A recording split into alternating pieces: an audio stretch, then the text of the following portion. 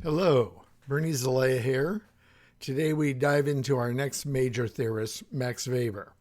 In thinking about his most famous book, The Protestant Ethic and the Spirit of Capitalism, let's look at this famous painting, American Gothic, by Grant Wood, painted in 1930 with the onset of the Great Depression.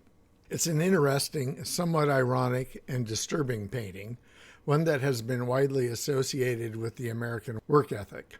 This painting has become a kind of visual stand-in for that work ethic, with a lot of ambivalence, it would seem, painted into those faces.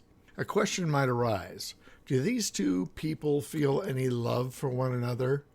What is their feeling for one another?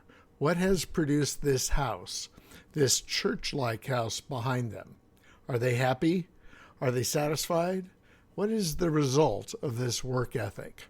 What does it provide for us personally? What does it provide for us emotionally? What does it provide for our society that is founded on this principle? And this was something that people had to contemplate and think about pretty critically with the onset of the Great Depression. And it's something that we're still thinking about today. In discussing Weber, I'm going to begin with a bit of biography. I'll talk about his method, Verstehen. I'll then dive into certain aspects of the Protestant ethic and the spirit of capitalism, talking about this key historical moment, the Protestant Reformation, and how that led to what Weber calls the spirit of capitalism. I talk about this notion of the calling, or vocation, that is understood as a God-given orientation towards work, and the philosophy of utilitarianism upheld by Benjamin Franklin, one of our famous founders, who adorns our $100 bills. And I'll put Weber in dialogue with Marx. So here is Max Weber. In this image of Weber, we see a deep, penetrating gaze, befitting a deep and penetrating thinker. Weber, like Marx, had a number of identities. Not only was he a sociologist, he was also a lawyer, an economist, and a historian. It was later in his life that he came to be regarded as a founding sociologist through his major works, Economy and Society, and fundamentally the book we are exploring here. He had a very fraught family life. His father was a prominent political figure and very austere, very demanding. His father was very engaged in politics throughout Germany, coming from a very prominent Junker family, which was the land-owning nobility in Prussia, the most dominant state in what would become the German Empire. His father was not a very warm and understanding presence in Weber's life, unlike his mother, who was a very devout and idealistic Lutheran Protestant. Weber's interest in religion was likely rooted in his upbringing, and tied to that, as well as his interest in the different orientations to social action, to engagement in the world. What happens when that is rooted in a more idealistic value orientation? What happens when politics are more instrumentally driven? And I think his parents kind of represented different sides of this coin for Weber. In addition, he was somebody who had been a brilliant student. Since his childhood, he was a very intense student, but also one who was very wide-ranging in his interests. He would sometimes be caught in the midst of his history classes reading the poetry of Goethe and other romantic poets and writers of his time. He'd slip these other books inside his textbooks for his classes. He was someone who was caught up in what Hegel might have called the zeitgeist, trying to understand the spirit of the times of the 19th century and early 20th century, and living as he did from 1864 to 1920. He became very concerned, perhaps influenced by his father, with the kind of larger political dynamics of the time, the fate of Germany in relation to other countries in Europe. During Weber's time, Germany was falling behind as England industrialized, as other countries were more involved in colonial expansion. In addition, he was concerned about the predominance of certain kinds of economic systems, particularly those that originated in the United States and its form of capitalism. Like Marx, he was interested in how these new economic systems were dominating and transforming the societies. In sum, he was worried about the big picture fate of modern society as a result of capitalism and the particular form of rationalization that he saw as associated with capitalism. One term that is still associated with Weber that he's famous for is disenchantment of the world. The idea that rational approaches to life and social action and political action were replacing more value-oriented ways of being in the world, with roots in religious worldviews. He was worried about the erosion of enchantment, or ideas associated with realities that were not necessarily rooted in empirical scientific fact. The increasing domination of reason, of instrumental rationality, was something that he, like Marx, saw as an economically driven reality, a reality driven by economic calculation. He saw that capitalism demands this process of disenchantment and the displacement of other ways of valuing and understanding the world, often associated with religion. So in that sense, he's fascinated, but also perhaps repelled by the U.S. and American-style capitalism. He wanted to understand it.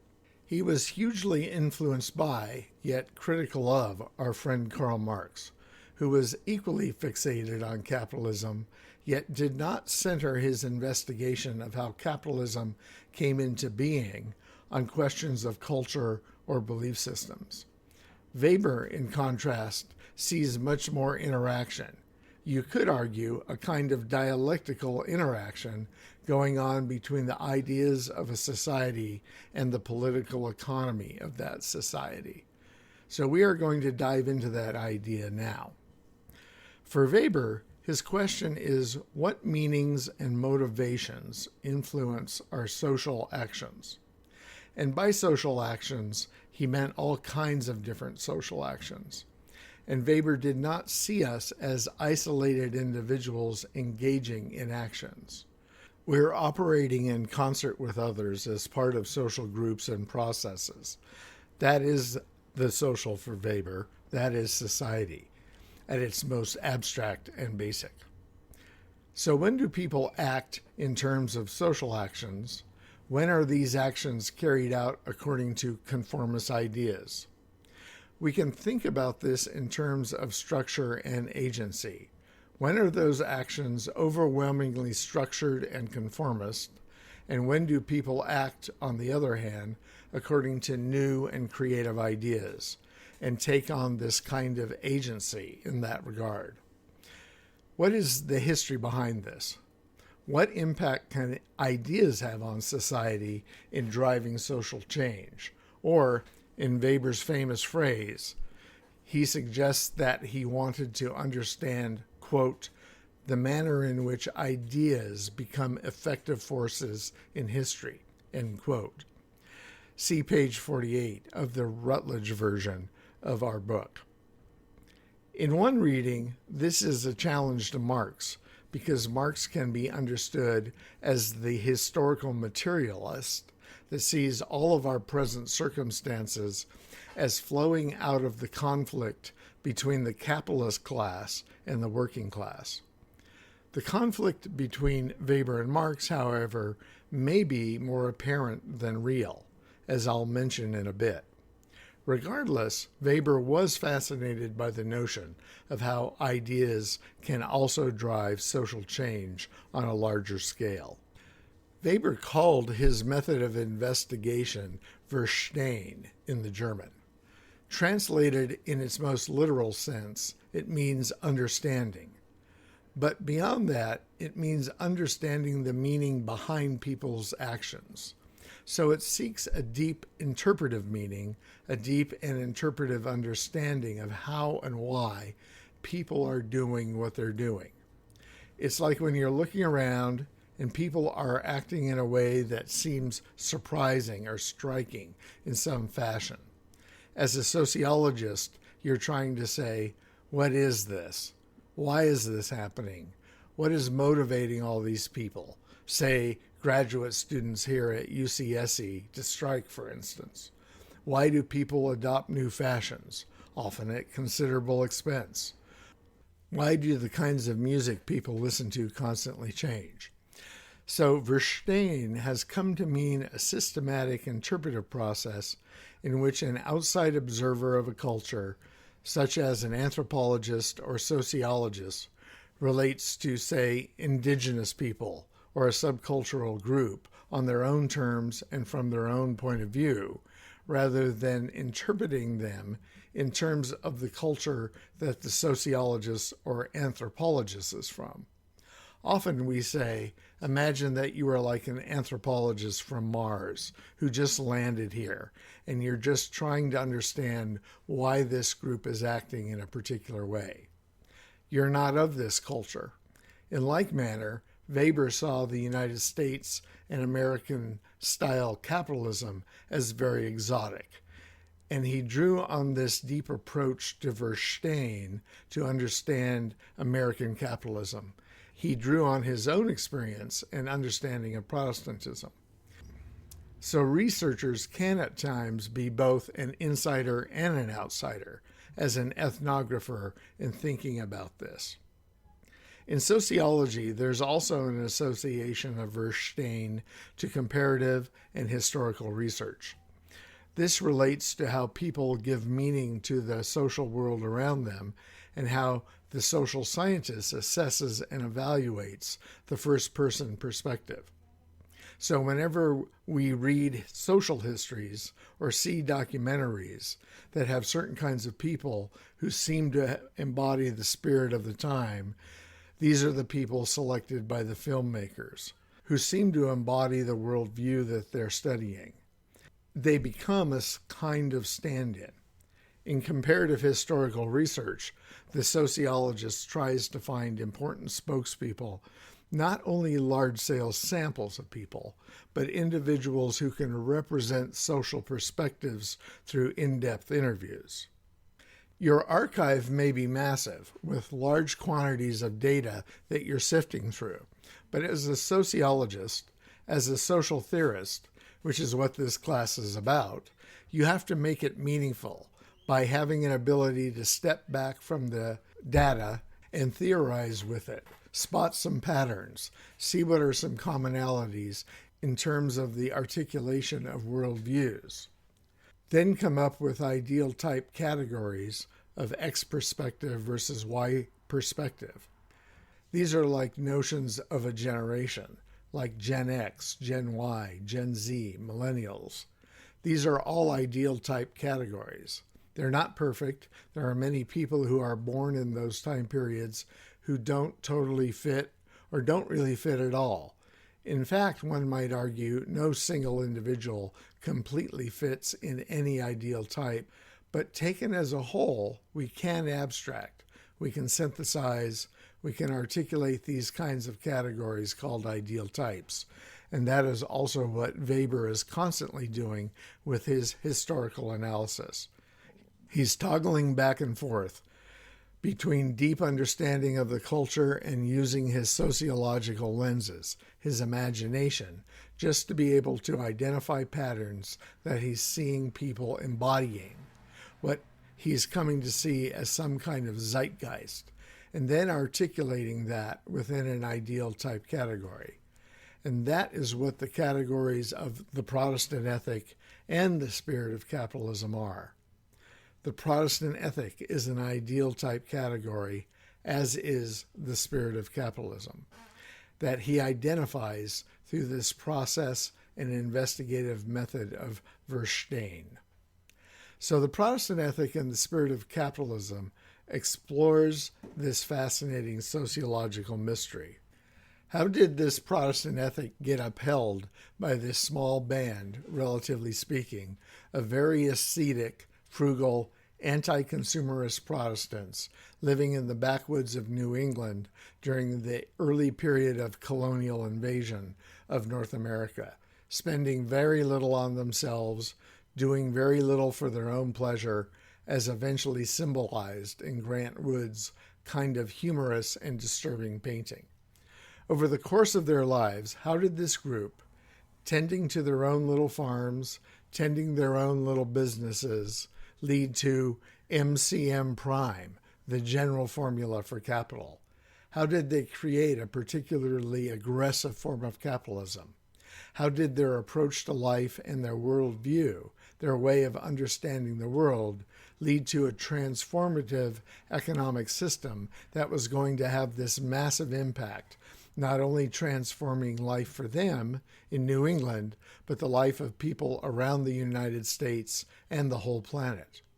This process of capitalism, as Marx understood, is distinct from every pre-existing economic system because of its need to constantly expand in the pursuit of profit and M prime. One might not expect that this little renegade band, who had fled religious persecution in England generations before, who were completely devout, completely focused on religion, were not spending a lot of money, were not materialist in the sense of consumerism and materialism that we think of, yet had produced a new economic system that was going to transform the world by making it less and less religious, more and more oriented towards consumerism, more and more oriented towards the expansion of capital for its own sake. This is a fascinating question that Weber uses to begin his book. As he begins in the opening chapter, everywhere one looks, Protestants, especially the hardcore Puritans. These are more hardcore, the more fundamentalist, more devout Puritans, who were a Calvinist form of Protestantism. They appear to be more engaged in modern economic life than does every other religious group, whether amongst other Protestants, like the Lutherans, more so than Catholics. Weber does a lot of comparison here between Protestants, Catholics, and other kinds of Christianity, as well as non-Christians like Hindus, Muslims, Jews, Buddhists, and so forth. He finds evidence that Protestants from this Puritan background occupy the positions of ownership and management. They are the skilled laborers of modern industry. They are the capitalist entrepreneurs that we have in the United States. Looking at that point in world history, he's thinking about Cecil Rhodes, John D. Rockefeller, all of whom are descendants of Puritans. And again, this is true despite the fact that Puritans are ascetics who renounce all worldly goods. This term ascetic is going to be an important one in this book, and it's different from the word aesthetic, which in many ways is the opposite of ascetic. Aesthetic, A-E-S-T-H-E-T-I-C. Aesthetic is oriented towards the appreciation of beauty, whereas someone who is ascetic is someone who renounces all worldly goods, someone who is oriented towards not experiencing pleasure, but rather living simply in this world. We can think about the Protestants who are Puritan or are Shakers as the extreme examples of this. People who did not want embellishment of any kind in their architecture, in the design of their furniture, in their clothing. Their belief system would say that embellishment was an abomination and not what God wanted us to do. This mindset is captured in the words of the famous Shaker hymn extolling true simplicity. "'Tis the gift to be simple, 'tis the gift to be free, 'tis the gift to come down where we ought to be." The Shakers also refrained from any kind of sexual activity in marriage, and as a result died out because they couldn't reproduce themselves. But their idea lived on with puritanical Protestants that saw simplicity as a gift given by God. To live as simply as possible on this earth formed this ascetic orientation. Now, Puritans are not the only ascetics in the world. We can think about ascetics who, for instance, are monks in other world religions, like Buddhism. However, these are, as Weber would say, Buddhist ascetics versus Protestant ascetics. One group, the first group, the Buddhists, are otherworldly ascetics, whereas Protestant ascetics are this worldly ascetics who are interested in doing things in this world, who are interested in work, as opposed to separating themselves off and living in a monastery somewhere and only coming out sometimes to interact with everyday people. These Puritans were everyday people living lives as ascetics. So the question becomes why? Why do they believe this? This is a critique of Marx, who argued for a material origin for social action. For Weber, and this is the key quote on page 5 of the Routledge edition, the fact that we're finding these Puritan Protestants in these economic positions. Weber proposes his answer on page 6, quoting, "The explanation of these cases is undoubtedly that the mental and spiritual peculiarities acquired from the environment, here the type of education favored by the religious atmosphere of the home community and the parental home, have determined the choice of occupation, and through it, the professional career." End quote. The explanation for these cases, Weber proposes, is some mental and spiritual peculiarities, some religious beliefs acquired from their environment, that establish a permanent intrinsic character for their being, not only in their temporary external historical, economic, and political situations. So the significant argument that he's making is about how religious beliefs, mental and spiritual peculiarities are orienting people in their economic behavior. It's not simply class interest, as Marx might argue, or ideology, but their belief systems. And these ideas were not coming to them from a dominant group, again, as Marx would say, the ruling ideas of the ruling class. Instead, this is a group of people who were actually less powerful, were kicked out of England for their religious beliefs, and nevertheless held fast to those beliefs. And these beliefs had an enormous impact on the world, in a way that would not have been expected.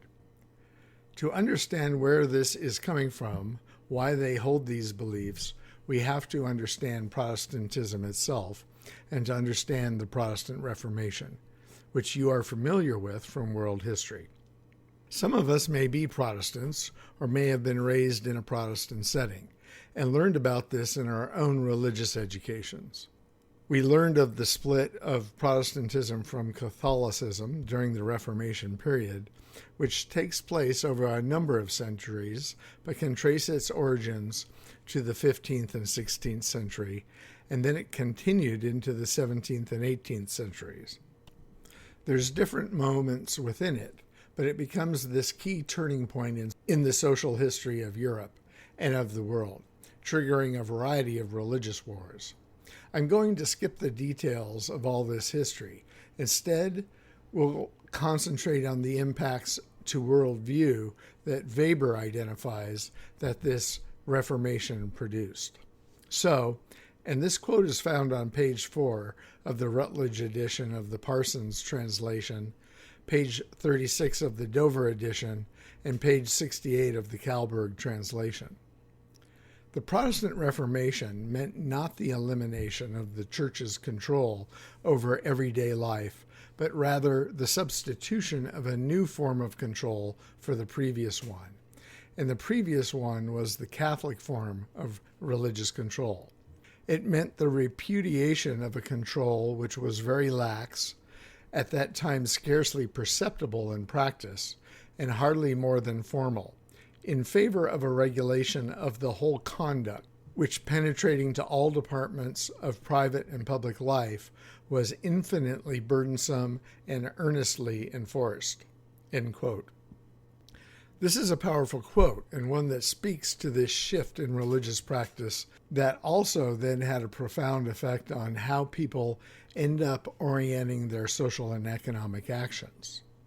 And here, a sidetrack back to Marx is in order. Weber considered himself to be writing in at least partial opposition to Marx and pushing back against what he understood to be Marx's sole concern with the material struggle between the capitalists and working classes. He understood Marx to downplay ideas and elevate people's economic circumstances as the supreme and perhaps only concern. Here, it is very important to know that the Marx that Weber knew was the Marx of the Communist Manifesto, the Marx of Capital Volume 1, and Marxism as it was emerging after Marx's death.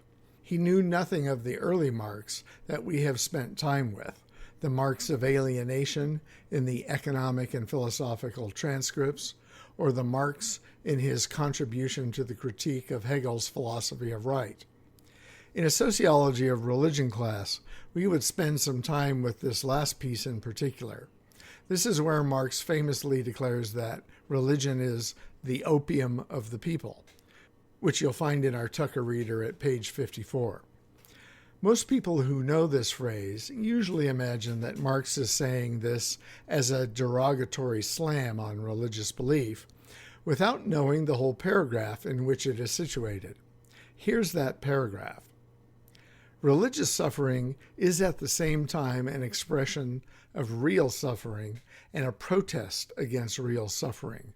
Religion is the sigh of the oppressed creature, the sentiment of a heartless world, and the soul of soulless conditions. It is the opium of the people. That's in our Tucker Reader at page 54. For Marx, then, it is only natural that people suffering under the exploitation of the capitalist class would turn to the comfort of religion. He did, it is true, think that seeking solace in religion weakened the human capacity to rise up against those forces that were oppressing them. In making this argument, he also expounds on the meaning and effect of Luther's Protestant Reformation. I'll give just one example, which is a few pages after the opium quote. Quoting now, Luther, without question, overcame servitude through devotion, but only by substituting servitude through conviction. He shattered the faith in authority by restoring the authority of faith. He transformed the priests into laymen by turning laymen into priests. He liberated men from external religiosity by making religiosity the inmost essence of man. He liberated the body from its chains because he fettered the heart with chains. But if Protestantism was not the solution, it did at least pose the problem correctly. It was no longer a question thereafter of the layman's struggle against the priest outside himself, but of his struggle against his own internal priest, against his own priestly nature. End quote. And that's in the contribution to the critique of Hegel's philosophy of right in our Tucker Reader at page 60. In this passage, written by Marx in 1843, we hear a strong prefiguring of what Weber would say roughly 60 years later about how the Protestant Reformation had the effect of reconfiguring the human psyche and doing so in a way that had real material effects to the outer life of these same humans. Weber was in closer agreement with Marx than he realized. So again, Buddhist asceticism, Catholic asceticism, and other forms of asceticism were monopolized by and mostly limited to the clergy, monks, nuns, pietistic sects. These folks were otherworldly. On this slide, we see a monk who's in a room. He may have been in this room for weeks on end. He may have only interacted with other monks. He may have been in isolation and silent meditation and simply writing and transcribing and translating holy texts, including the Bible, and not interacting with the rest of the world. This isolation from the outside world was the source of holiness for these monks and these pietistic sects. Their piety, their religiosity, was proven through their ability to separate themselves from the rest of the world. Meanwhile, for the rest of the flock, for the rest of the congregation, their asceticism, their self-abnegation, their giving up of things was limited to the confessionals, confessing to the priest once a week on Sundays, and perhaps, for the more pious, giving up something pleasurable for the period of Lent, which is the 40-day period before Easter practiced by Catholics and the more liturgical Protestant denominations, like the Episcopalians and mainline Lutherans in the U.S. So outside the monasteries and convents, back in the village, it was different. This slide shows an image of the Flemish painter Peter Bruegel's 1559 painting, The Battle Between Carnival and Lent, that illustrates what Weber was talking about. If you look carefully, you can see in the lower left-hand corner there is a procession happening of a play that would happen in relation to Easter, of bringing a representation of Jesus through these medieval villages, and people were expected to recognize the holiness of Jesus in preparation for Lent, for giving things up, and for recognizing the power of God, and so forth. These were often called passion plays, recognizing the sacrifice of Jesus, honoring that, being in awe of that. But what do you see instead? People in this village are apparently not paying a lot of attention to Jesus being brought in this little caravan through the town, and are totally carrying on about their regular, very hedonistic ways in a wide variety of manners. Pause and take a look at this painting to explore all of this. Bruegel obviously had a very good sense of humor, so there was a monopoly of asceticism by a small subset of the population who lived in these little monasteries. The vast majority of the population led pretty unregulated and earthy lives. But Protestantism, and especially Calvinism, is going to change that.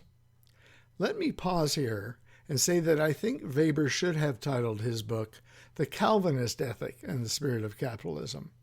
These traits, these mindsets, these worldviews that Weber is mostly concerned with are those that emerge from Calvinism and are not universal to all Protestantism even back in Weber's day. That said, many of the Calvinist ideas do penetrate into other Protestant denominations that are not, strictly speaking, descended from Calvin. The various Presbyterian denominations, the denominations most associated with Calvinism, vary greatly in their Calvinism. Mainline Presbyterians, the Presbyterian Church USA, for example, isn't really Calvinist at all. On the other hand, other Presbyterian denominations, such as the Orthodox Presbyterian Church, are still quite Calvinist in their orientation. And a Calvinist mindset does penetrate into other Protestant denominations, like the Southern Baptists. While I am tempted to correct Weber each time he uses the term Protestant, when it is clear he is talking about Calvinist types of Protestantism, I will resist. But going forward, you should know that whenever Weber uses Protestant, you need to check the context and see if he is really talking about this pleasure-denying, ascetic, austere form of Protestant Calvinism. So there is going to be a big shift with Protestantism. This social control will be extended to the entire congregation.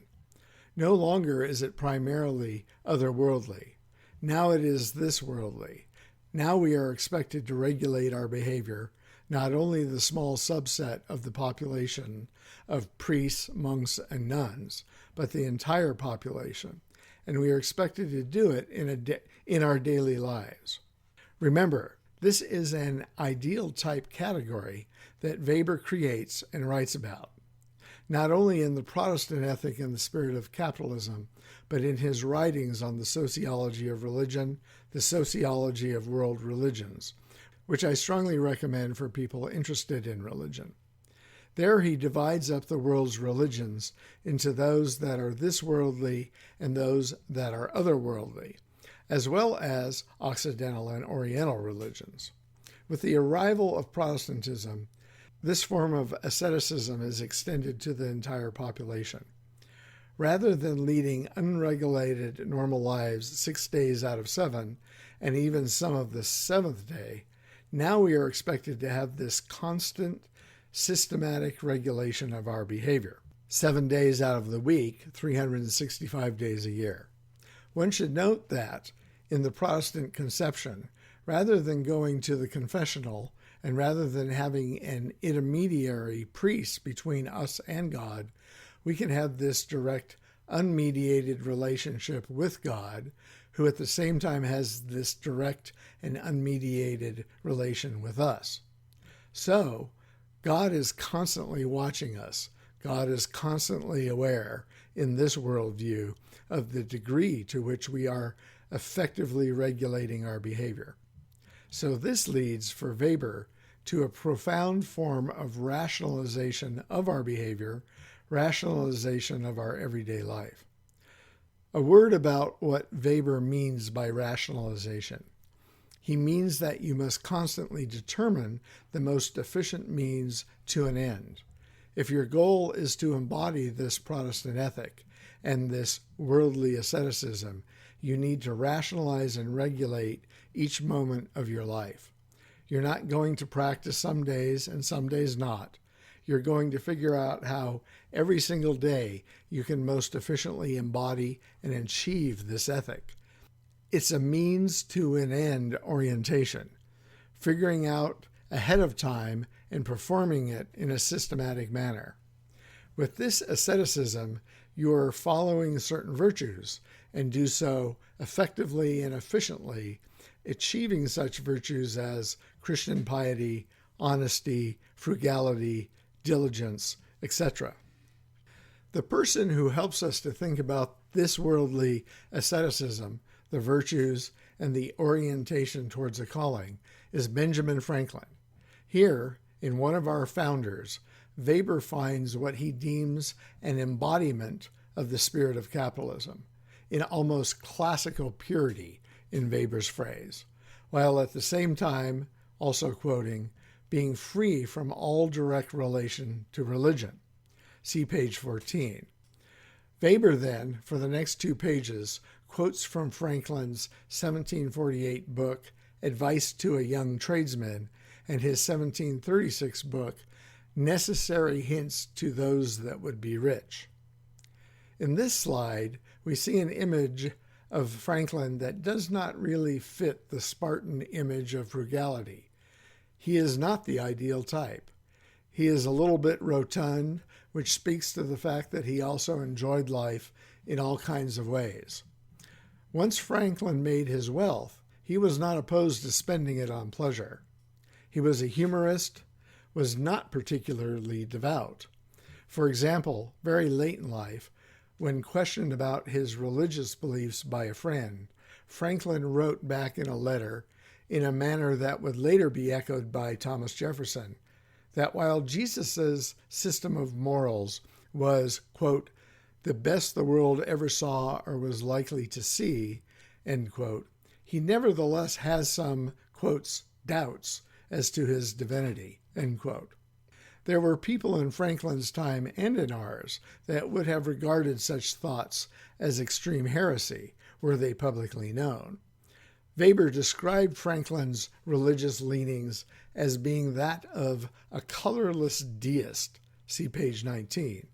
But at the same place in the book, Weber notes that Franklin's father was a strict Calvinist who had drummed various Calvinist dogmas into his son's head. As we'll see, Franklin may have shed the piety, but he did not shed all the Calvinist teachings. And this is what interests Weber. He's interested in how certain kinds of religiously inspired practices become ingrained in a culture, even when people don't necessarily believe in the religion or go to church all the time. How is it that they are still practicing and embodying these religious ideas? With Ben Franklin, we have someone removed in time by about a century from the earliest and most hardcore moments of Puritanism in early New England after the arrival of the Pilgrims and the establishment of the Massachusetts Bay Colony, living as he was in the 18th century and not in the days of the earliest settlements of this country. He's a generation or two removed, but nonetheless embodied this work ethic. He's still known as one of the great work ethicists in U.S. history. Do a web search on the phrase 13 virtues, and you'll get lots of hits referencing Franklin. And here's why. Franklin writes up and systematizes in this rational way what he calls the 13 virtues, and this slide lists them. His first is temperance. Eat not to dullness, drink not to elevation. His next is silence. Speak not but what may benefit others or yourself. Avoid trifling conversation. Then, order. Let all your things have their places. Let each part of your business have its time, and so on. Resolution, frugality, industry, sincerity, justice, moderation, cleanliness, tranquility, chastity, and humility. Where he adds at the end, imitate Jesus and Socrates. That last one is telling. You won't find any evangelical pastors today encouraging you to imitate Socrates. But if you read much about the founders, especially John Adams, Franklin, and Jefferson, you'll see that they were influenced as much, if not more, by the famous writers from antiquity, Plato, Aristotle, Cicero, Virgil, and many more. So here, Franklin lays out in a very efficient and very systematic way a list of virtues that you should follow every day throughout your entire life. It wasn't enough that Ben Franklin wrote these out, though, and described them and made a list. So in this slide, you see that he comes up with these charts that you can use for each virtue every single day. So temperance, eat not to dullness, drink not to elevation, is listed with a column for Sunday, Monday, Tuesday, Wednesday, Thursday, Friday, Saturday. You can think about how well you're doing with your temperance, and you can think about how that is also affecting the other virtues that are abbreviated in the left-hand column. Temperance might affect silence. It might affect order. It's interesting that temperance is elaborated to eat not to dullness, drink not to elevation, i.e., don't get drunk too often. Or if you drink, don't drink to get drunk. That is going to affect your ability to stay silent, your ability to be orderly, your ability to have resolve, your ability to be frugal, and so forth. And so you can think about that systematically. If you fulfill temperance, it's going to allow, as you can see with these little dots, all these other things. So you're doing that every day of the week, but is that enough? What about from morning till night? What about starting at 5 in the morning, ending at 4 in the afternoon, and thinking about how you will fulfill the virtues every single hour of every single day, at least until 4 in the morning? Question: what good shall I do this day? You rise, wash, address powerful goodness. This is all in his form. You contrive the day's business and take the resolution of the day. You prosecute the present study and breakfast. Are you even going to have time to eat? Yes, as you can see, he was concerned with having time to eat. But while you're doing all of this, you are mindful, you are focused, you are regulating your own behavior constantly. Then you're working, not taking any breaks from 8 till 11. Then from 12 to 2, you are reading and reviewing accounts and dining. Then from 2 until 5, you are working.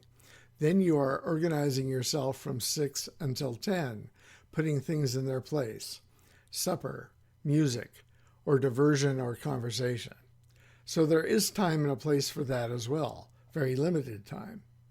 You are examining the day, and then you ask yourself a question. What good have I done today? You're reflecting back on that. And then you have, counting the blocks, 1, 2, 3, 4, 5, 6, 7 hours to sleep, and it all starts over again for your entire life. What do you think of Ben's program? You could give yourself a voluntary assignment where you try to follow these charts and see the effect that that has in your life over the course of a week. Obviously, we can think of ways in which this has been embodied in our culture, in our daily planners, in all of the kind of self-help books that people use to orient their behavior. This can be traced back to this time and to this Weberian conception of the work ethic. Now, one of the overwhelming motivations for this systematic behavior and self-regulation was to ensure that you are doing right in the eyes of God, who is watching you, always without mediation from a priest. And in its original Calvinist conception, another driving force behind this urgency in being successful in a calling is this idea of predestination. This Calvinist idea of predestination, conceived by the 16th century French theologian John Calvin, was one of the most hardcore and fundamentalist Puritan theological principles, and one of the principles that most challenged the Catholic Church, and also some other forms of Protestantism. It contained the idea that one cannot tithe or confess one's sins away. The word tithe is drawn from chapter 3 of the Hebrew Bible book of Malachi, and it means giving a tenth of one's crop or money to the support of the religious elites. One of Luther's major concerns was the corruption of the Catholic Church, which encouraged a form of religious bribery, bribing a priest into giving you divine forgiveness, a kind of salvation, and of recognition that you were doing right in the eyes of God, as opposed to concern over your actual behavior. Some in the Catholic priesthood were getting rich off of all these tithings. So Calvin and Calvinism is saying, no more with the paying the church to take away your sins. Similarly, no more with simply confessing one's sins away. Simply going and acknowledging that you've done wrong to a priest is not going to solve your problems anymore, is not going to earn you salvation, which was ultimately what people were most concerned about.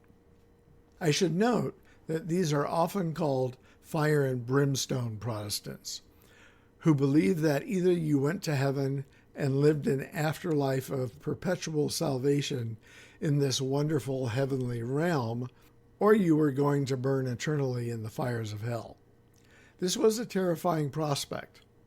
Previously, you could tithe or confess your sins away and hope that you could buy your way into heaven.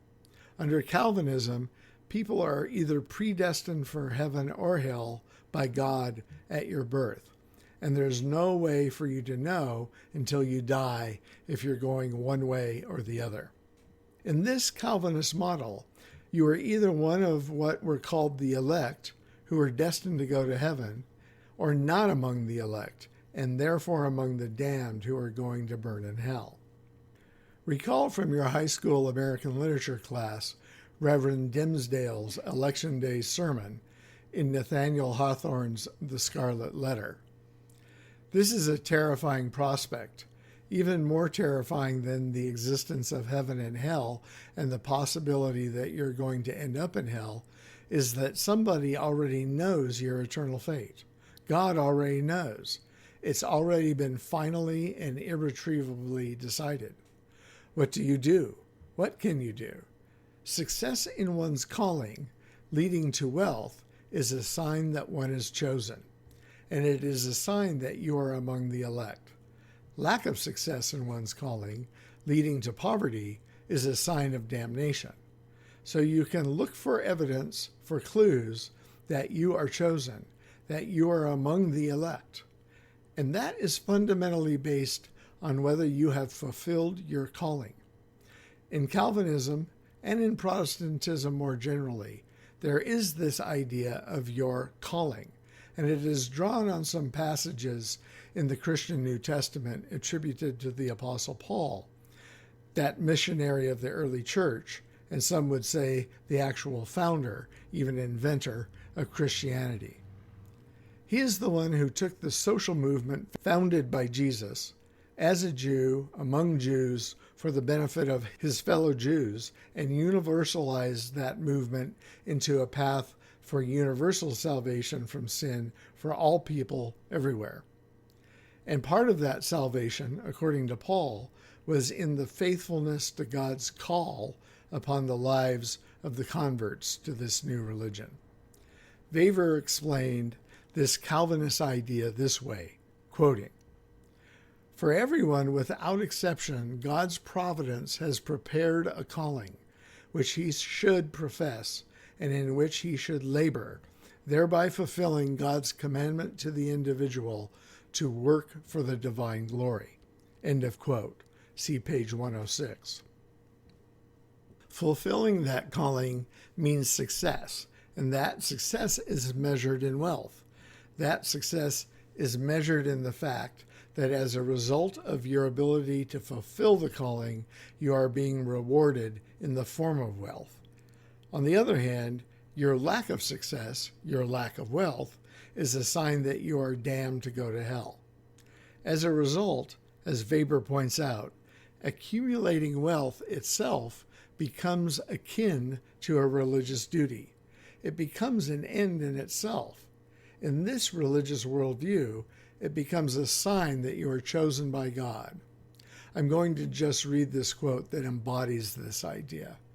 Quoting, "The peculiarity of this philosophy of avarice appears to be the ideal of the honest man of recognized credit, and above all, the idea of a duty of the individual towards the increase of his capital, which is assumed as an end in itself." End quote. See page 17. Now, avarice is a synonym for greed. And so this is the philosophy of the benefits of greed.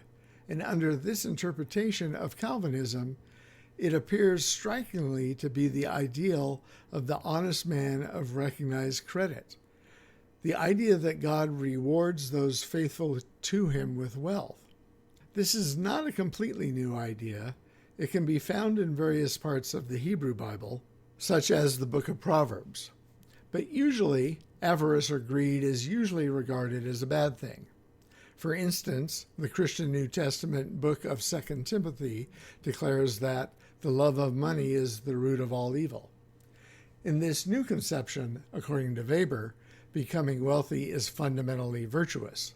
To be an honest man of recognized credit, who you can give your investments to, who is creditworthy and go to a bank and get a loan, and above all, to fulfill your duty to increase your capital, which is assumed as an end, a duty to God. Increasing your stockpile of capital is now not a sign of greed, but of favor with God. What is here preached is not simply a means of making one's way in the world, but a peculiar ethic. If you fail in your efforts to increase your capital, it's not just foolishness, but forgetfulness of your duty before God. You are not merely a bad business person, lacking in financial astuteness. Applying this historically, now you have thousands and thousands of these individuals living in the backwoods of New England, living in little towns, living in growing cities such as Boston, who share this ethos, share this worldview. That is what they need to dedicate their lives to show God that they are among the elect, to show their neighbors, to show themselves that they are among the elect by being successful in their business. If they can't, they and everyone else will know that they are damned to go to hell. I'm going to do one more slide here that talks about this issue. You're a pious, ascetic Calvinist. Let's imagine ourselves in this situation. You follow the virtues, frugality, obviously temperance, not getting drunk, all of them, renunciation of pleasure, hard work, constant monitoring of your conduct, etc., etc. What will happen if you follow this religiously every single day? Well, there's now more of a chance you will get rich. You're not spending your money because you're renouncing pleasure, working hard, constantly. Obviously, regardless of one's devoutness and dedication to these ideas, not everybody gets rich, but it is more likely that you will actually accumulate wealth. This is a double-edged sword, however. It's a profound dilemma. You're now faced with the fact that you've gotten rich. On the one hand, this is good. It could mean that you're predestined for heaven. You're one of the elect. Yay! But on the other hand, how do you stay pious and not fall into temptation? If there is any dilemma, if there is any fundamental conflict that our founders faced who were part of this devout sect, it was this. How do you stay pious even while you're accumulating wealth, doing your calling, but not falling into temptation? There is this saying attributed to Jesus in the first 3 Gospels of the Christian New Testament, that it is easier for a camel to go through the eye of a needle than for a rich man to enter the kingdom of heaven. Merely being rich is a path to hell. But with this new Calvinist innovation, in Weber's argument, being rich is okay. Indeed, it is a sign of favor from God, as long as you are still being ascetic, living an austere and simple life. If you are a Calvinist in 17th century New England, accumulating large amounts of wealth by following this work ethic, diligently following your calling, what can you do with your money? You can't hold on to it. You can't just use it for indulgences, for gluttonous living. That's what happened in the Catholic Church. What do you do with it? I want you all to think about this for a moment. What do you do with it? You don't spend it. You can't spend it. Certainly not on yourself. You don't spend it willy-nilly. Instead, you spend it rationally. You reinvest in your business. You invest in the stock market. You invest in other areas which are likely to show your success and augment your success in your calling. Great. You've gotten rid of all this money. You've reinvested it wisely. And then what happens? You make more money and more money and more money. And ultimately, over time, you produce MCM prime on steroids. You produce an economic system that is driven by profit. This reinvestment is understood differently by Marx. Although Weber would not disagree, he doesn't spend a lot of time in this text talking about it. But that reinvestment in your business, that reinvestment in new technology, that reinvestment in the stock market, that reinvestment in ways of improving and augmenting the success in your calling also means buying of land and of labor. And we can see the relationship between this Calvinist idea and Marx's idea of the labor theory of value, the role of these emerging bourgeoisie, this emerging capitalist class that is constantly reinvesting its money. In this constant cycle of investment, there is inevitably an increase in the exploitation of labor. But now, in this Calvinist mindset, this is seen as a virtuous pursuit of success and faithfulness to one's calling. And this then leads to this new thing, the spirit of capitalism. In this lecture, we talked about this Calvinist ethic, which is stage 1 in this process. The Protestant ethic produced this religious drive to follow the calling. In stage 2, these Protestants who have grown rich now create this spirit of capitalism. This constant labor in their calling leads to the accumulation of capital, which leads to constant reinvestment in raw materials, in new technologies, in labor, and then to even more accumulation of capital, on and on and on. You know, MCM prime, as we learned it from Marx in the last lecture. So we've discussed stages 1 and 2. In stage 3, the spiritual justification for this accumulation cycle dies away. In Ben Franklin, we see this well illustrated. The religious motivation for capital accumulation now becomes a secular duty and an end in itself. Franklin was not worried about God and whether he was going to end up in heaven or hell, but he still behaves like a Calvinist in following his calling and ends up rich as a result. In like manner, contemporary capitalists, now stripped of their religious motivation, also become rich. The Protestant ethic fades into the past and eventually disappears. Growing rich is no longer a sacred duty, but a secular passion. This spirit of capitalism has come roaring forth, and it becomes a new secular ideology, one that rules the U.S. and the world. So what does Weber think of all this? In the fifth to the last paragraph of chapter 5, he tells us, and this is perhaps the most famous passage in the book. For those of you with the Kalberg translation, be aware that his rendering in translation is substantially different. See the first paragraph on page 177 of his edition. Quoting now, "The Puritan wanted to work in a calling. We are forced to do so. For when asceticism was carried out of the monastic cells into everyday life and began to dominate worldly morality, it did its part in building the tremendous cosmos of the modern economic order." End of quote.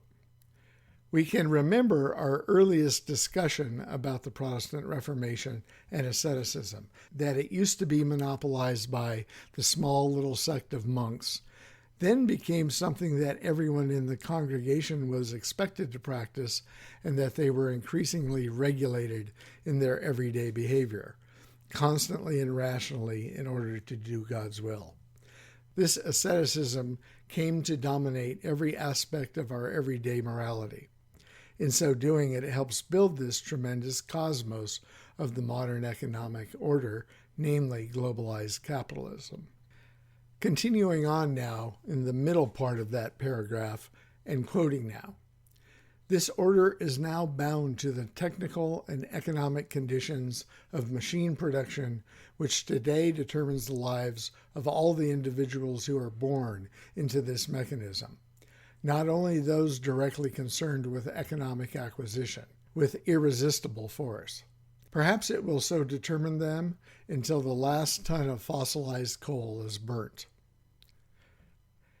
Here, a century ago, Weber made a very prescient comment about what we are likely to do with our fossil fuels. And finally, he says, in Richard Baxter's view, Baxter was a 17th century English theologian, the care for external goods should only lie on the shoulders of the saint like a cloak that can be thrown aside at a moment. But fate decreed that the cloak should become an iron cage. End of quote, page 123 in the Rutledge edition. Now, Weber is telling us capitalism is this iron cage that imprisons us all. It is not something that is just an idea that can be tossed aside or opted out of. The Protestant idea of the calling may have started out as an idea that gave a model for how to curry favor with God. But now, long after this idea has lost any religious significance or meaning, this idea has nevertheless embedded itself in our daily material realities. It is something that governs our everyday behavior and governs every aspect of our lives in the most infinitesimal ways. It is like an iron cage, and there's no means of escape from this work ethic. This society has been required, that requires work in order to survive, and takes away all other systems that might cushion that requirement, whether it's social welfare systems, whether it's sufficient forms of charity, whether it's jobs that come that are highly paid enough so that we don't have to work additional jobs, whether it's set limits on the hours of our work that cannot be exceeded by our employer, whether it's paid vacation time, paid holidays that enable us to relax, none of that. Instead, we have this iron cage initially produced by this Calvinist worldview of constant, unremitting work. Weber was trying to enable us to imagine through this terrifying metaphor the ongoing impact of this religious idea upon our future human potential. So, is Weber right? Did the Calvinist work ethic lead to the spirit of capitalism that now imprisons us in an iron cage? I've always thought that Weber was right, that ideas impact material reality. I've seen too many examples where people's ideas seem to drive their behavior. So that made me a Weberian as a social scientist, but I wasn't always convinced that Calvinism had really contributed to the rise of industrial capitalism. There, I thought Marx made the better argument. My opinion on this was permanently altered when Miriam Greenberg played the first half hour or so of this PBS American Experience documentary, The Rockefellers. I want you to watch at least this portion from the 6-minute 30-second mark to the 35-minute mark. Its depiction of John D. Rockefeller and his family's ruthless business habits and his pious Baptist religiosity made me a believer and convinced me that both Weber and Marx were right. One other thing remains to be said about Weber's conception of the role of the Protestant ethic in the rise of capitalism. The crass, simplistic take on Weber is that he was saying something like, Calvinism, Calvinist religion, caused capitalism. At several points in the book, he takes pains to clarify that he was saying nothing of the sort. Instead, Weber declares he has, quote, no intention whatever of maintaining such a foolish and doctrinaire thesis as that the spirit of capitalism could only have arisen as the result of certain effects of the Reformation, or even that capitalism as an economic system is a creation of the Reformation. On the contrary, Weber explains, he only wished to ascertain whether and to what extent religious forces have taken part in the qualitative formation and the quantitative expansion of that spirit over the world, and what concrete aspects of our capitalistic culture can be traced to them. See page 49. Then, making an implied reference to his concept he elsewhere calls elective affinities, he notes that, in view of the tremendous confusion of interdependent influences between the material basis, the forms of social and political organization, and the ideas current in the time of the Reformation, we can only proceed by investigating whether and at what points certain correlations between forms of religious belief and practical ethics can be worked out.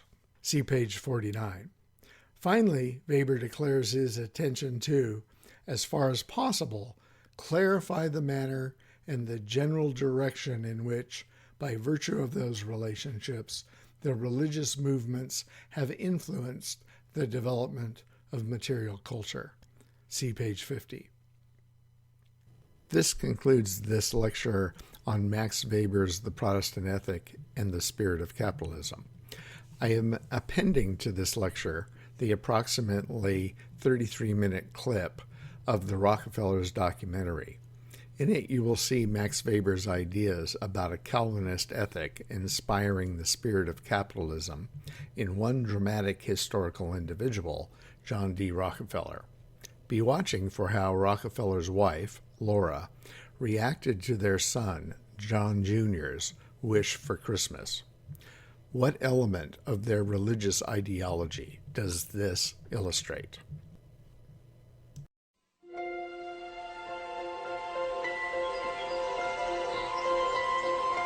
They feared the temptations of wealth. Yet a visitor once described their estate as the kind of place God would have built, if only he'd had the money. They amassed a fortune that outraged a democratic nation, then gave it away, reshaping America. They were the closest thing the country had to a royal family. But the Rockefellers shunned the public eye, retreating behind the walls of their palatial home at Pocantico, New York. My own personal experience as a child is of a place that on the one hand was something of an Eden. It was serene and beautiful.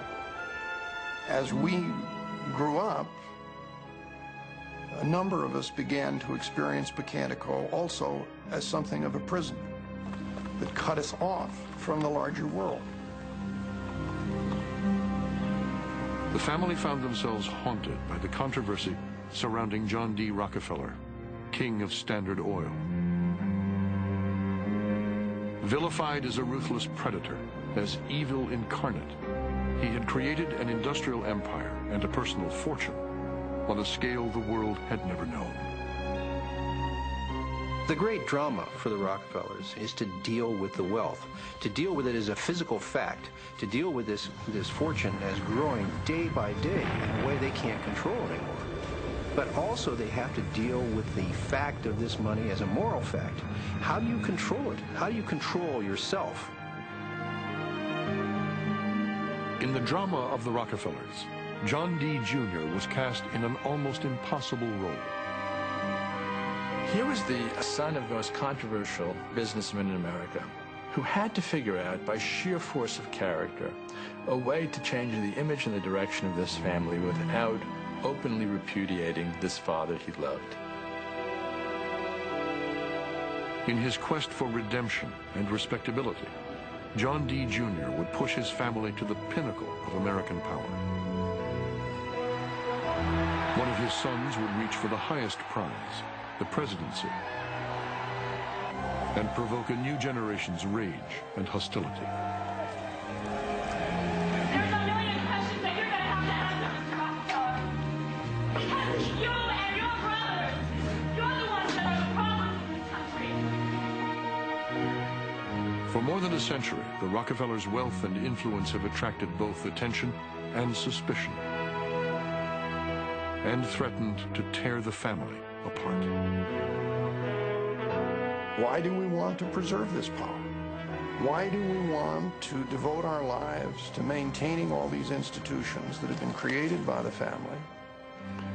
What is the purpose of all of this?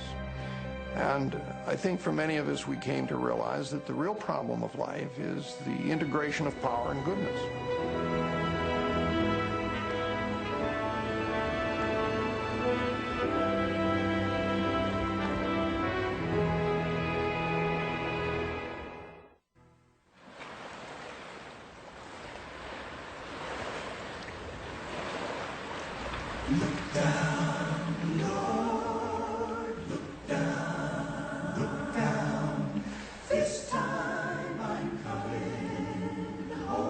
In the early 19th century, they called this part of upstate New York the burned-over district. Burned not by fire, but by fire and brimstone, by the blaze of Christian revivalism. Preachers urged a life of hard work, prayer, and good deeds to build the kingdom of God on earth. It was in the midst of this evangelical fervor that John Davison Rockefeller was born in 1839, the second of 5 children. His mother, Eliza Davison Rockefeller, was deeply religious, stern, disciplined. Even as a young woman, she had not been given to smiles and laughter. But she had this fatal moment of weakness one day when William Avery Rockefeller appeared on her doorstep peddling cheap trinkets. And he had a little slate that was tied to his buttonhole, and on the slate he had chalked, "I am deaf and dumb." This was part of his con man routine.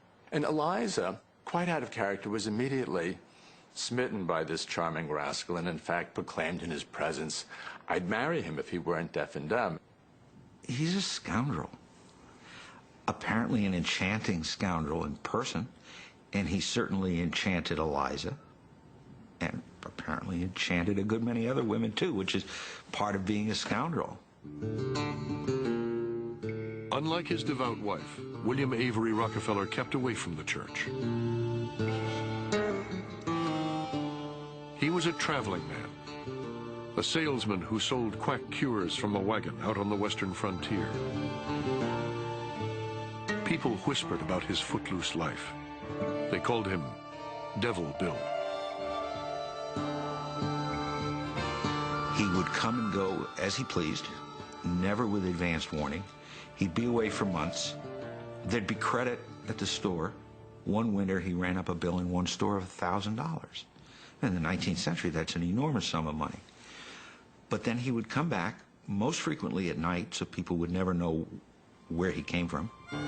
And he would tell stories of his exploits that were never quite complete enough to pin him down as to what he had done or where he had done it. Devil Bill's laughter and music flooded the house. He would be fingering wads of cash, wearing fancy new clothes. He once appeared with a patchwork tablecloth made out of banknotes. I had a peculiar training in my home, John Dee observed of his childhood. It seemed to be a business training from the beginning. Bill Rockefeller admitted to one of his neighbors, "I do business deals with my sons and I always try to cheat them, to make them sharp." Now, John Dee did not always like those lessons in business, but he absorbed them. His father lent him money, always at the prevailing interest rate, then deliberately called in the loans without warning to make sure his son had kept reserves. With Devil Bill, John Dee discovered the excitement of taking a big risk, the allure of cold cash. Eliza taught him the sober habits of her Christian faith: thrift, hard work, and perfect self-control. He was like a little adult. When he went to school, students talked about him being Mr. Serious. And although he had a wonderful sense of humor that was very sly, for the most part, he behaved very rigidly even, and liked things orderly the way his mother did. Things occurred according to schedules. And there was a reward for good behavior, and there was a sacrifice for bad behavior. In 1849, the world fell apart for the Rockefeller family. Bill was accused of the rape of a maid he had hired to work in the household. Rather than confront the charges, he fled, leaving the family alone to face the scandal. It was a moment of intense shame for 10-year-old John. And I think that it was in the face of the malicious tongues of village gossips that John D. Rockefeller developed this very wary, secretive, self-reliant nature, because people were always whispering about his father, and John D. himself would not have known the truth of his father, but I think that he felt that he would face down the village gossips by developing this very hard and stoic air.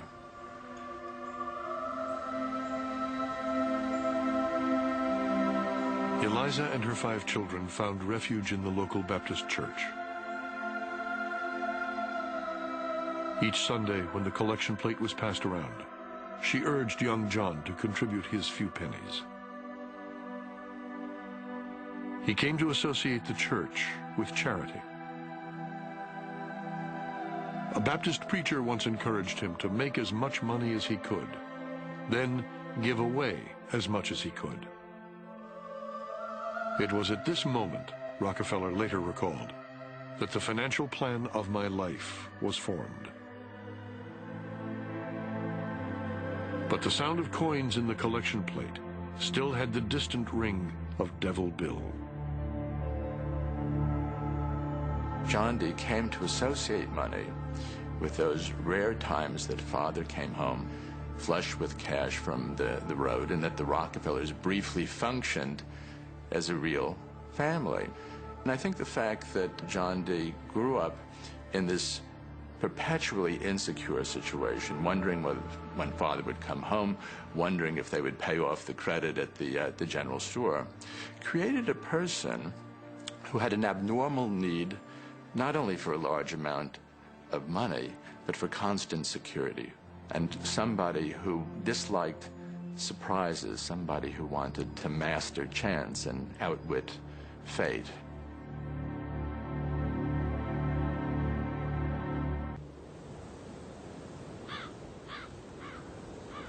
Fate delivered John D. one more bitter surprise. He soon discovered that his father had taken a second wife, under an assumed name. Shielding his mother from the shame, John kept the bigamy a secret. To carry on his double life, Bill moved the family to Cleveland. Then he disappeared again, leaving them alone in the new city. And this turned relations between John D. and his father stone cold. I think in the long run, it had the effect of leading John D. to decide to make a life for himself that was as different from his father's as he could manage, without quite abandoning things that he still thought of value in what his father had taught him, like business. John had hoped to go to college. Now he dropped out of high school and started looking for work to help support the family. I did not go to any small establishments, he recalled. I was after something big. He found a job as an assistant bookkeeper, but threw himself into it with missionary intensity. As soon as he starts working, there's nothing lighthearted or carefree about this young 16-year-old boy. He closely reviews every bill and jumps on errors of even a few pennies in the bill. He's amazed at the laxity and inefficiency of these much older bosses who are much more experienced. And I think that that was the thing that distinguished Rockefeller from an early age. Not so much brilliant, flashing intelligence, but this thorough, plodding, systematic way that he did things. John began to keep a ledger, noting every expenditure, large and small. For him, numbers were sacred. John D's ledger took on a special role of being a kind of conscience, I would say. He recorded his contributions to various causes, to church, every penny that he gave to a poor little girl he saw on the street, to abolitionist causes. And he would use this throughout his life as a way of evaluating himself. Line upon line, as his earnings grew, his ambition quickened. He borrowed $1,000 from Devil Bill, with interest, and plunged into the risky business of commodity trading, buying and selling meat and grain. He was just 18.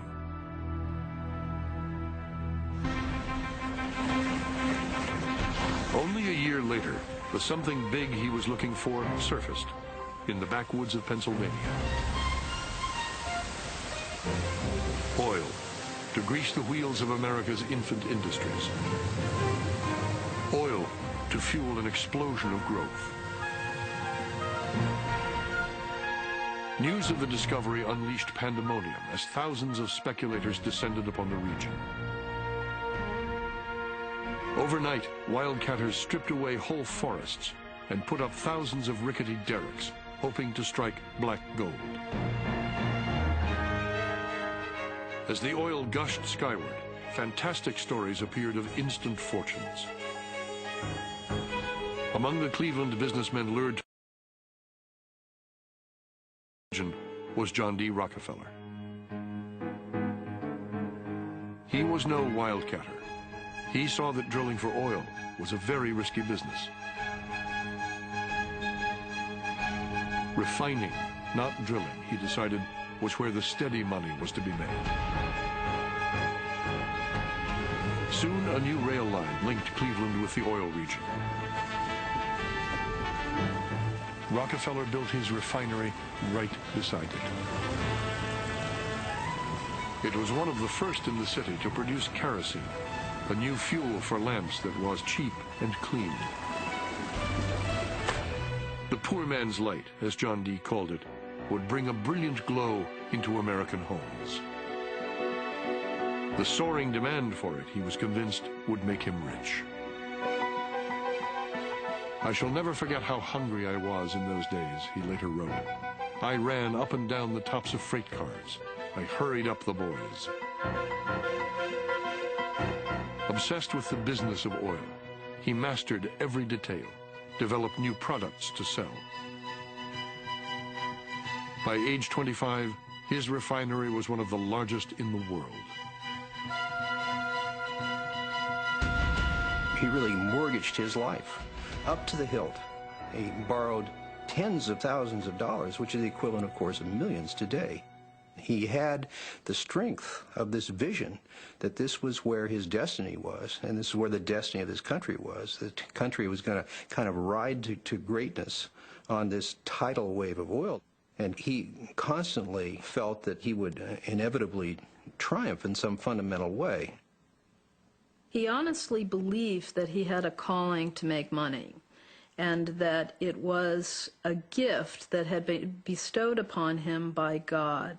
Just as some people could sing opera and other people could paint beautifully, he had a particular aptitude for acquiring wealth, and he considered it a God-given gift.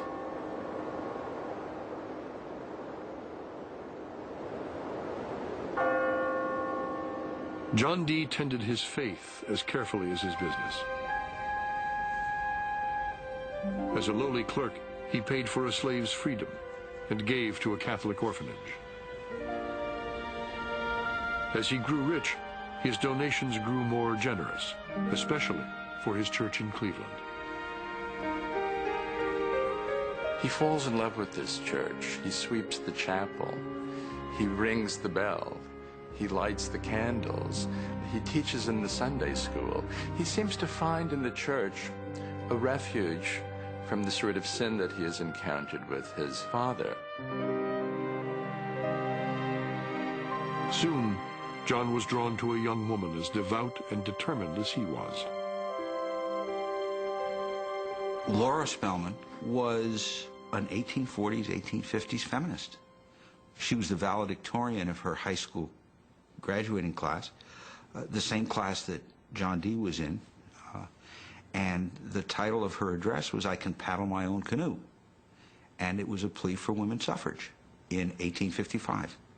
When John courted her, it was very different from the other young men of her set who were also after her, who would see her at balls and parties. He'd come to her house, and they might play a little piano together, but then they would often sit down with his ledger books and go over them together. And she apparently found them just as interesting as he did. On September 8, 1864, John and Laura were married in a small private ceremony. My great-grandmother was a figure who perhaps had a bit of hell and brimstone in her philosophy, who basically believed through deeds you go to heaven, and therefore you could very likely go to hell if you weren't properly motivated and properly achieving. Like his devout mother, Laura strengthened John's sense that he was doing God's work, not only in church, but also in business. Rockefeller's future, however, was harnessed to an industry in trouble. So many wells were flowing, he lamented, that the price of oil kept falling, yet they went right on drilling. He saw an industry plagued by overproduction, and his own success threatened by what he described as ruinous, cutthroat competition. John Dee was shrewd enough and he was analytical enough that he realized that in order to figure out a way to save his own firm and his own newly won fortune, that he had to figure out a solution for the entire industry. It was at that point that John Dee began to conceive of the oil industry as one big interrelated mechanism. And you couldn't just change one component. You had to control the entire machine. In a move that would transform the American economy, Rockefeller set out to replace a world of independent oil men with a giant company controlled by him. In 1870, begging bankers for more loans, he formed Standard Oil of Ohio. The next year, he quietly put what he called Our Plan, his campaign to dominate the volatile oil industry, into devastating effect. Rockefeller knew that the refiner with the lowest transportation cost could bring rivals to their knees. He entered into a secret alliance with the railroads called the South Improvement Company. In exchange for large, regular shipments, Rockefeller and his allies secured transport rates far lower than those of their bewildered competitors.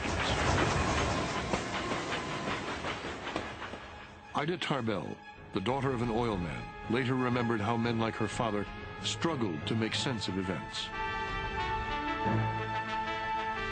An uneasy rumor began running up and down the oil regions, she wrote. Freight rates were going up. Moreover, all members of the South Improvement Company, a company unheard of until now, were exempt. Nobody waited to find out his neighbor's opinion. On every lip, there was but one word, and that was conspiracy. What it really represented was the face of monopoly. It immediately became clear that the entire nature of the enterprise was going to change in ways that spelled their doom. And so there was a shock of recognition that they were going to be left behind and that a whole world that had been opened up to them was soon to close. The image that was always used was that of the anaconda, the squeezing python-like grips of this economic snake that was just taking individual entrepreneurs and just putting them out of business and reducing them to kind of economic strait where they had no alternative but to really sell out to the principals in this conspiracy. It was a conspiracy, really. It was one of the first great economic conspiracies in this country. In an effort to thwart the scheme, many independents refused to sell crude oil to Rockefeller and his associates. Undaunted, Rockefeller used the threat of the South Improvement Company to intimidate his rival refiners in Cleveland. His brother and business partner William characterized the plan as war or peace, sell out to Standard Oil or suffer the consequences. At first, they approached their targets with deference and flattery. Rockefeller himself used his own considerable talent for persuasion, presenting Standard Oil as a brotherhood based on cooperation. He had this missionary faith that he was destined to guide this industry. And when he took over his rivals, he not only wanted their plans, he often wanted the managers. So it was not in his interest to alienate them. He much preferred convincing people to sell to him voluntarily rather than trying to squeeze them through paratactics. Although if necessary, he would resort to very rough methods in order to soften them up, or he used a phrase to give them a good sweating before he negotiated with them. Rockefeller might create a shortage of the railroad tank cars that transported oil. He might go out and buy up all the barrels on the market, so a competitor would have no place to store his oil or ship it. He would even buy up all the available chemicals that were necessary to refine oil. Rockefeller instructed Standard Oil men to communicate in code. The company was nicknamed Club. John D. Rockefeller was referred to as Chowder. Many of Rockefeller's targets had no idea that the local refiners who were slashing prices and acting like competitors were actually part of Rockefeller's growing empire. In just 2 months, he had taken over 22 of the 26 Cleveland refineries, revealing the single-minded drive that would make him both the wonder and the terror of American business. Nobody knew what he sounded like. Nobody heard him. He walled himself off. And the people who did know him, though, the people who did find him ruthless, had reason to find him ruthless, because you come up against someone who has no self-doubts, who has a vision, and who has no qualms about achieving that vision, because he doesn't think he's doing wrong. Once he made his mind up, you might as well sell your company, because it was going to be part of Standard Oil. Methodically, secretly, John D. Rockefeller was doing more than transforming a single industry. He was changing forever the way America did business. The day of combination is here to stay, he declared. Individualism has gone, never to return.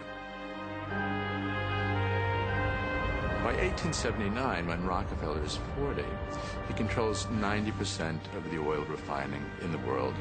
Within a few years, he will control 90% of the marketing of oil and 1/3 of all of the oil wells. So this very young man controls what is not only a national but an international monopoly in a commodity that is about to become the most important strategic commodity in the world economy.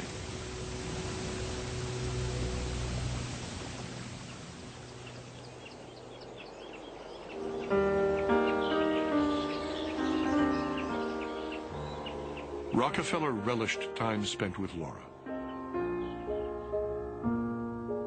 After the birth of their first child, Elizabeth, they moved to Euclid Avenue, Cleveland's Millionaires' Row.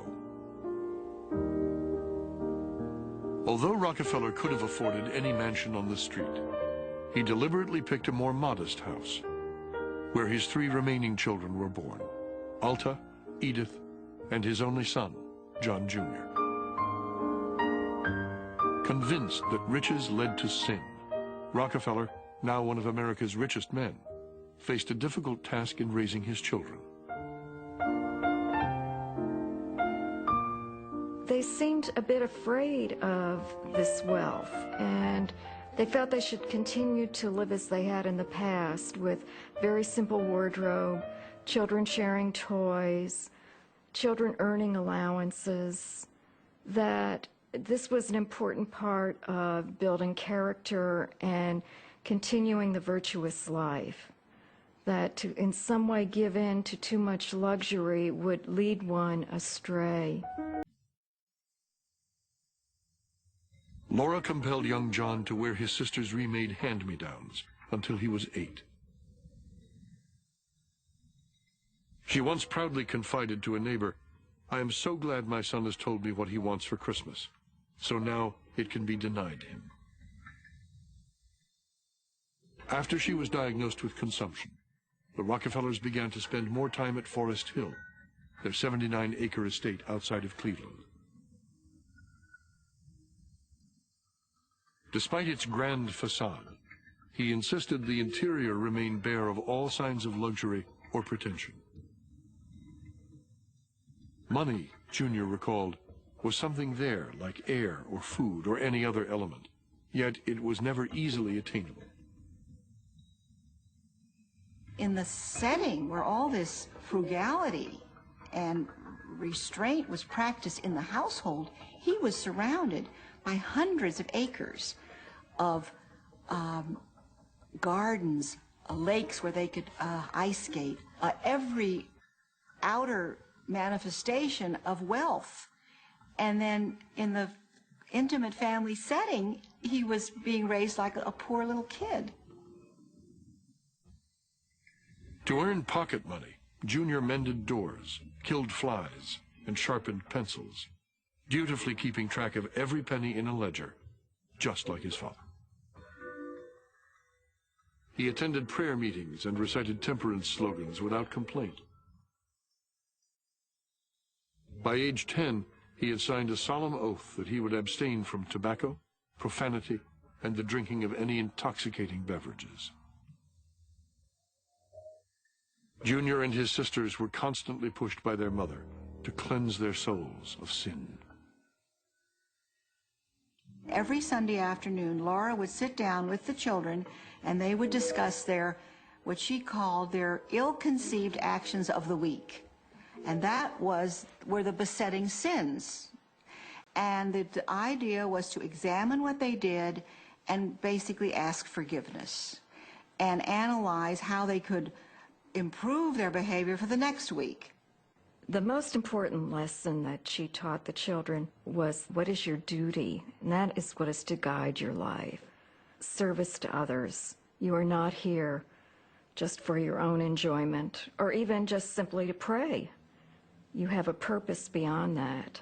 Laura was the disciplinarian in the family, and John D. Sr., a doting, cheerful, indulgent father.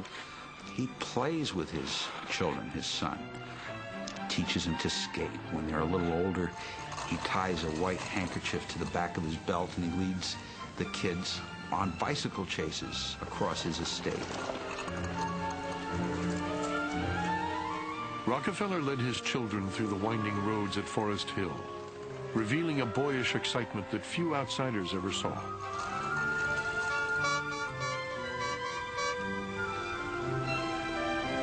He loved to play games, electrifying the children with daring feints, sudden thrusts, and unexpected wheeling turns, followed by whoops of delight when he won. Junior recalled, "Father never told us what not to do. He was one with us." Although Rockefeller was a merry companion for his children, he and Laura kept them cut off from the outside world.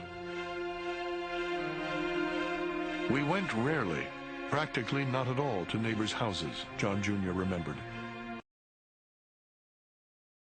No childhood friends, no school friends.